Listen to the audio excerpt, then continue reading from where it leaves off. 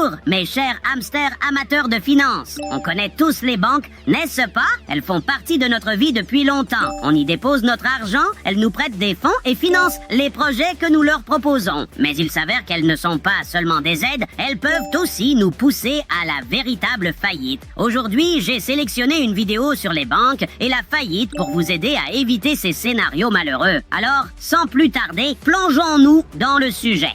Quel a été le montant le plus élevé que vous avez gagné en une seule année? 600 millions. 600 millions de dollars. Et qu'est-ce qui s'est passé cette année-là pour que vous fassiez 600 millions? J'ai vendu une entreprise. Vous avez vendu une entreprise. Pour combien vous avez vendu la société? 600 millions. Avez-vous déjà été fauché? Oh oui, j'ai fait faillite parce que l'État du Texas, avec lequel j'avais un contrat, a refusé de me payer, a invoqué l'immunité souveraine contre moi et a volé 30 millions de dollars de mon argent. Je ne ferai plus jamais affaire avec l'État du Texas. Si vous êtes avocat, vous connaissez cette situation. Mais disons que vous êtes en négociation. Vous êtes à la table avec cette personne et cela ne se passe pas comme vous le souhaitez. Quel est votre meilleur conseil en vente et négociation pour quiconque est dans les affaires? Je vais répondre à la question comme je l'aurais géré. Si j'avais un client, que j'essayais de l'avoir comme client et que c'était très difficile, je me lèverais et partirais. Je renverrais ce client. Que fais-tu ici à Las Vegas? Je suis à la conférence Co-Créer. Quelle est une leçon sur l'argent que les banques ne veulent pas que les gens sachent? Qu'elles vous volent chaque jour. Qu'est-ce que tu veux dire par là? Oh mon Dieu, chaque fois qu'ils te prennent de l'argent, ils empruntent de l'argent à la banque centrale à zéro. Ils te le vendent à 10%. Ensuite, ils te disent tu n'es pas qualifié parce que tu ne gagnes pas assez d'argent. Vous pouvez dire qu'il connaît vraiment son sujet. Et croyez-moi, vous n'avez pas besoin de faire des affaires avec des États entiers d'Amérique ou de gagner des millions grâce à des ventes d'entreprises pour subir les effets négatifs du système bancaire. Pas convaincu? Alors écoutez ce type qui a simplement contracté un prêt pour acheter une voiture. Tu es fauché, mec. 800 $?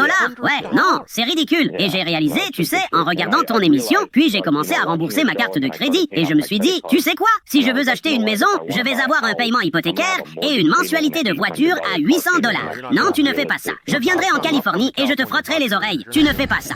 Vous voyez, le gars voulait une voiture cool et maintenant il est criblé de dettes. Mes joues potelées pourraient me maintenir à flot, mais je vous conseille d'être prudent. Sérieusement, réfléchissez 100 fois avant de contracter un prêt à la banque. Armez-vous d'une calculatrice, additionnez tous les frais, planifiez vos paiements et alors vous saurez si ça en vaut vraiment la peine. Restez branchés pour de nouveaux épisodes car ils vous aideront à éviter une tonne de problèmes. Heureux de vous voir tous et souvenez-vous, les hamsters sont puissants.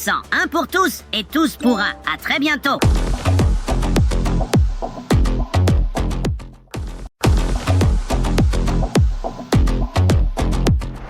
Bonjour, chers hamsters avides de profit. Nous voulons tous gérer nos finances avec sagesse et apprendre à accumuler des richesses. L'Internet regorge de techniques et de conseils à ce sujet. Mais aujourd'hui, j'ai décidé de vous montrer une vidéo dans laquelle un entrepreneur de renom présente les 3 principales étapes pour réussir à augmenter vos profits. Écoutons et analysons ensemble chaque étape.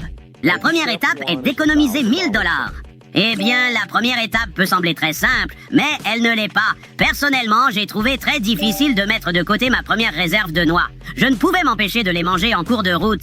Mais assez parlé de moi, continuons. Deuxièmement, il s'agit de rembourser toutes vos dettes, sauf votre maison, en utilisant la méthode de la boule de neige qui consiste à dresser la liste de vos dettes de la plus petite à la plus grande et à les rembourser dans cet ordre, en vous concentrant sur l'essentiel. Une fois que vous n'avez plus de dettes, sauf pour votre maison, vous revenez alors au compte de 1000 $ dans l'étape 3.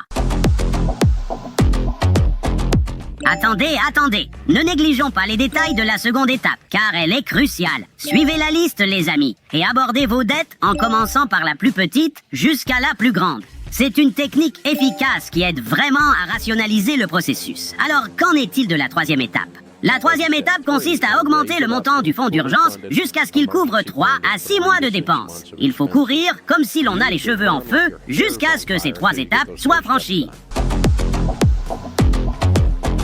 Il a sans doute dû courir les cheveux en feu pendant longtemps, étant donné qu'il est chauve. Mais sérieusement, ce sont des étapes très utiles et importantes. Surtout la troisième. Un coussin de sécurité financière peut vraiment vous sortir d'une situation inattendue, les amis. J'espère que vous avez tous pris ça à cœur, mais sinon, rembobinez et regardez à nouveau la vidéo. Ne manquez pas les nouveaux épisodes, car je sélectionne uniquement le contenu le plus utile pour vous. Souvenez-vous, les amis, que les hamsters sont puissants, un pour tous et tous pour un. À la prochaine.